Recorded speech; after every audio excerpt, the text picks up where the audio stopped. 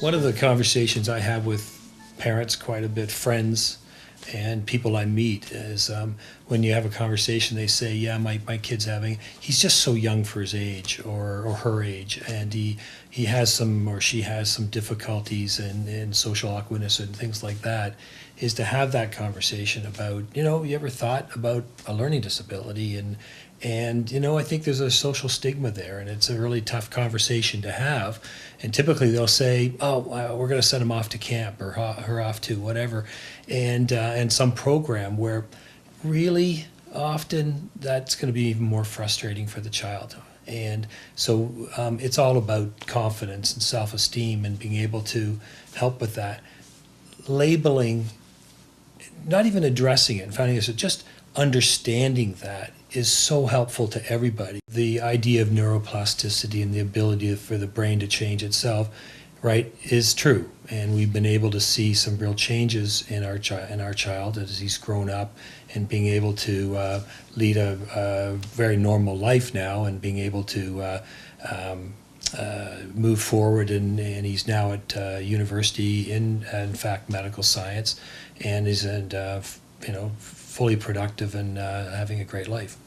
Where people stumble and fumble and forget, and it's not their fault, and it's not always a scholastic learning disability. It's just different weaker areas that everybody has, and we have them, you have them, and it shouldn't be embarrassing if your children have them. It's not a reflection of your intelligence. It's just something that you can buff up, like your body muscles at the gym. One of the great parts of what we've been through and what we understand now is that when we had this first paradigm that we're working on, the world of accommodations and psych eds and things like that, was we were there to secure learning accommodations rather than moving to strengthening learning capacities.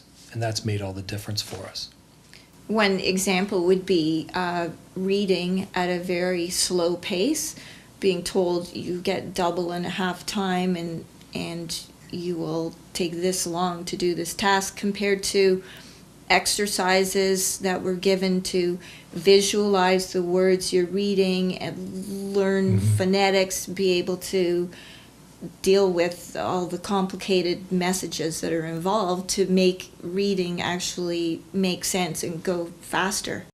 So if people approach me now and I have conversations, not that I'm an expert on this, but we have a story that now that we think about quite often, and they get asked for advice, the first thing I would say to people is understand that what we look at is unusual, let's say awkward social social behaviors, or when we talk, hey, my kid's a little quirky, or things like that.